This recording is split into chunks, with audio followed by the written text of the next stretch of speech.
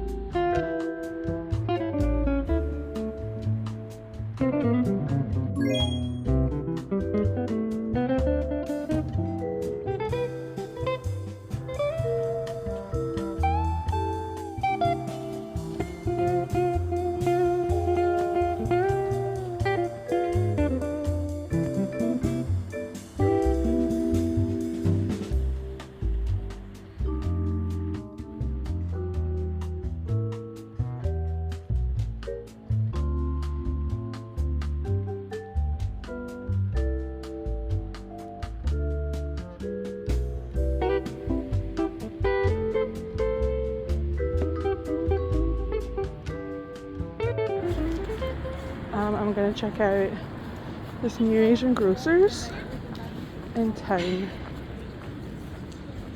This is for warm. Okay.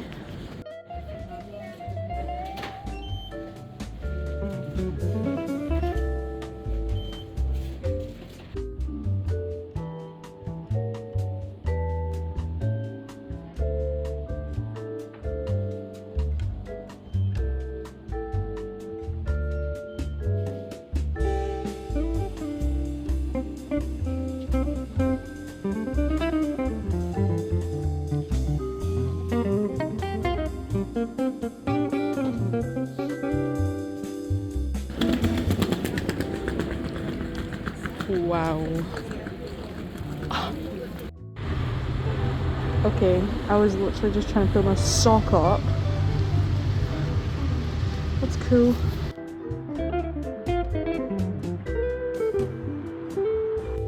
Hey. Hey. I cut my hair again from last week, after last week. I can show the back now, because my mum helped me fix it. I think it's a better length, because before it was like a couple of inches longer. I just prefer short hair. I don't like middle. I did end up turning the day around. It wasn't shit, after all. I went to the movies. I went to see A Real Pain, which is Jesse Eisenberg, written and directed by, starring, not Macaulay Culkin.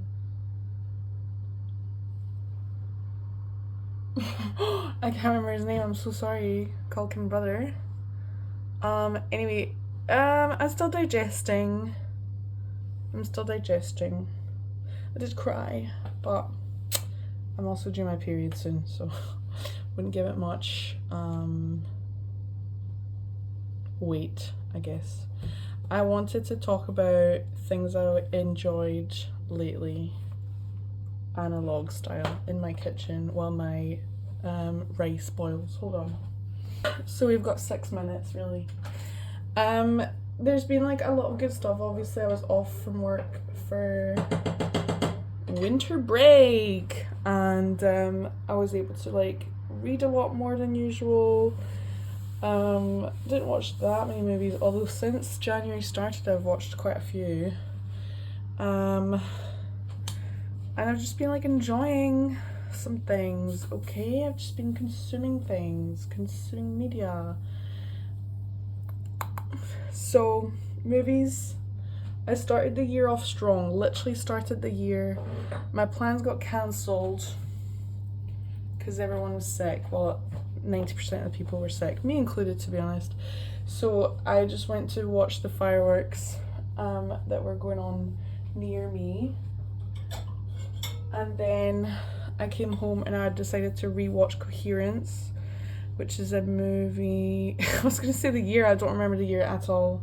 I think it's from like 2014. And it's like a sci-fi horror, psychological thriller situation. It's really good. And I think you should watch it. I think that was like such a strong start to the year, because it starts with a party and then it goes awry. So I was like, if I'd gone to see my friends, this could have happened. So it's almost like a consolation prize, like, well, thank God I didn't see my friends, because this could have happened.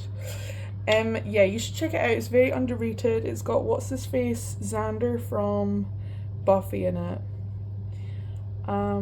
playing basically the same role. But yeah, it's a good one. It'll keep you on your toes, that's for sure. And I always forget how it actually pans out, and then halfway through I'm like, oh yeah. But yeah, it's good. It is like a little bit amateur, but I forgive that. I also watched Carlito's Way for the first time, which is an Al Pacino joint. I think that's a Michael Mann movie. No, Brian De Palma. And I only remember that because there was a couple of shots that were so gory that I was like, of course it's Brian De Palma. That guy loves blood. Loved Al Pacino in it. He's playing a Puerto Rican. They just let him do what the fuck ever. And yeah, there was like a specific shot towards the end where he's like trying to evade some guys, and he like hides by like so like this is the escalator, and he's like this, like lying down in that. I thought that was A, funny, B, hot. I don't know why, something about it, I was like, hey. And then I also went to see Nickel Boys at the cinema earlier this week, and it was really good. And I feel like, other than a YouTuber I watch, I hadn't heard about it a lot. It's very art house. It's extremely experimental. Proceed with caution. It will not be a linear storyline for you. So, but it's very good, very emotional, definitely the first like 5-star movie of the year, I was a wreck. Like I had to take several hours to just like digest it before I could even come up with anything to say about it. But yeah, it really impressed me, and I think like it's so experimental that you're like, what the fuck is going on for like quite a lot of the movie, and then it all comes together at the end and you're like like it just wrecked me, to be honest. But yeah, I really enjoyed that. And then that's movies that I've liked lately. There's been more obviously, but I'll just keep it short and sweet.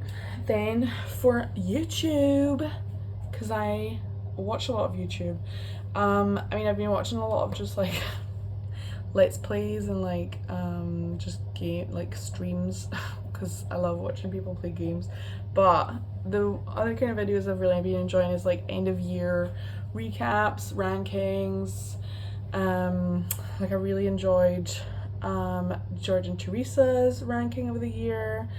There's like a couple more, but I'm like leaving it a little bit because I feel like they're all basically touching on quite similar things, and you know.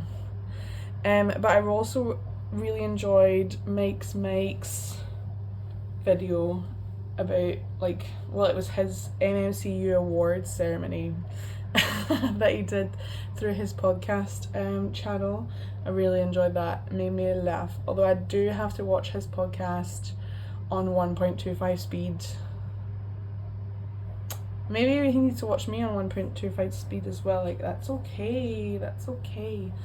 So that's YouTube really, and I do have a new crush on a white man YouTuber, which I do regularly. I develop a new crush on a white male YouTuber, and it's a problem, but whatever. I'm not gonna say who it is.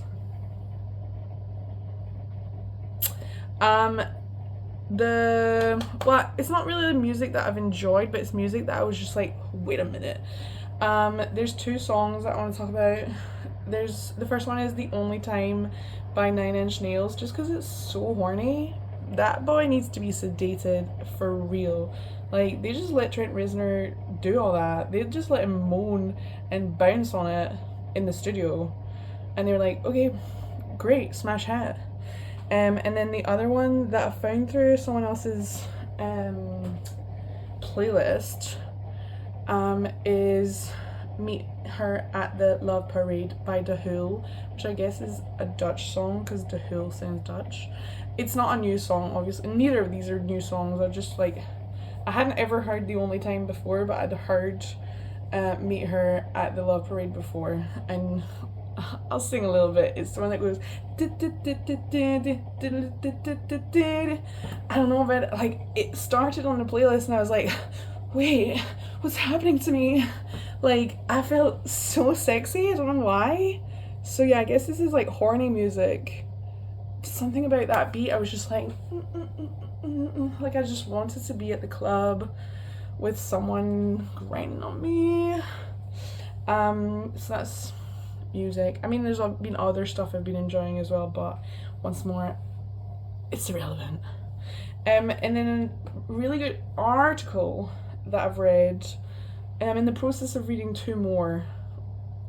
I always like save links to articles and I'm like, I'm definitely going to read that, and then I don't. But this one I did actually read. It was about the Blake Lively and Justin Baldoni PR situation that went down for the promotion of It Ends With Us. Like, it became such a thing where you were either team Blake or team Justin, and nothing was being said about like why Justin was like appearing in things alone and why no one else was appearing in stuff with him. And then it turned out that he employed like the same PR team as Johnny Depp did during his trials with Amber Heard. And the evilness that came out in this article was just like absolutely shocking to me. Like, it's definitely like 2 women who work there, or who like work with that PR team, who were like, you could see their texts that they were sending each other, and the stuff they were saying was just absolutely vile, like absolutely demonic.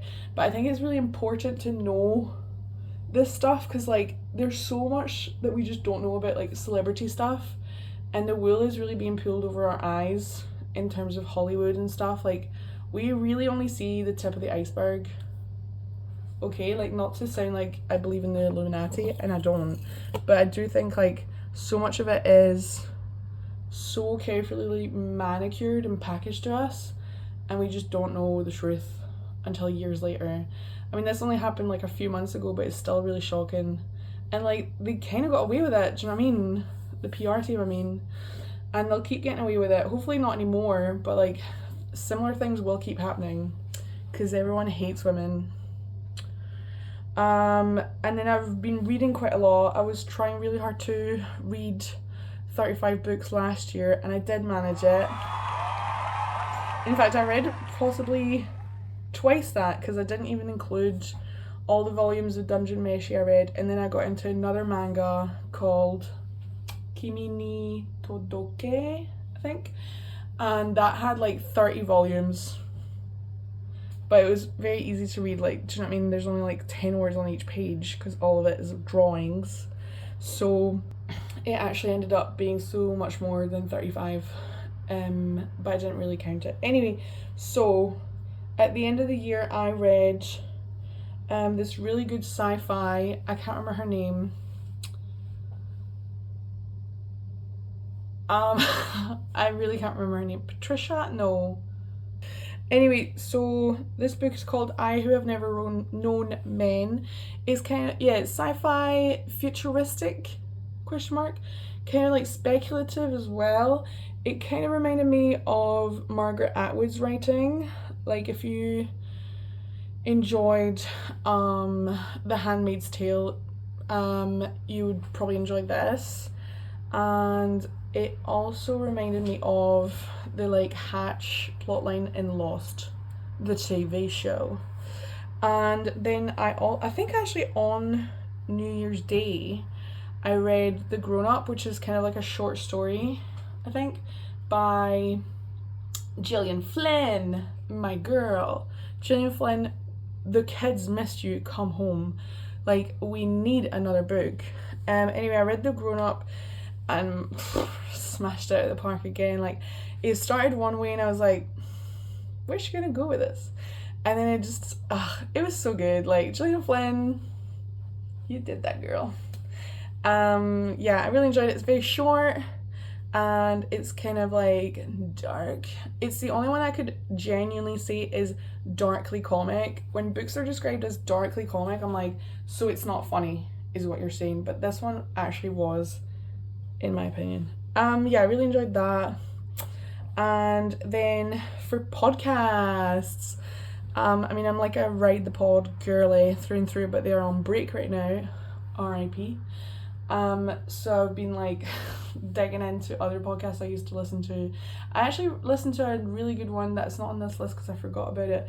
It's Search Engine, and it was about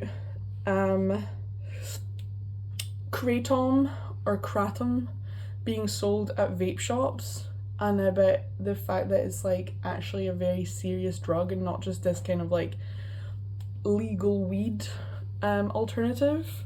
So that was really interesting if you're into that kind of stuff. And then I really enjoy Song Exploder, which is like a project by Rishikesh Hirway, who interviews artists about specific songs that they've made, and it goes into like the meaning, the production, la-di-da-di-da. He does it quite like sporadically. I feel like it's not really, I should keep that.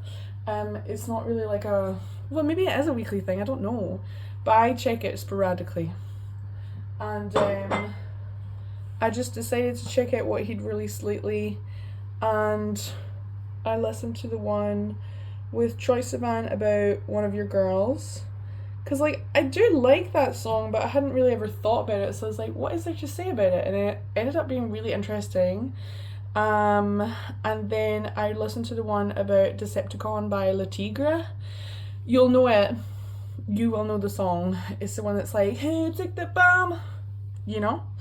And I thought it was such a good conversation with Kathleen Hanna, the lead singer from Le Tigre. And I think it's an essential conversation that we need to have right now. It was all about just like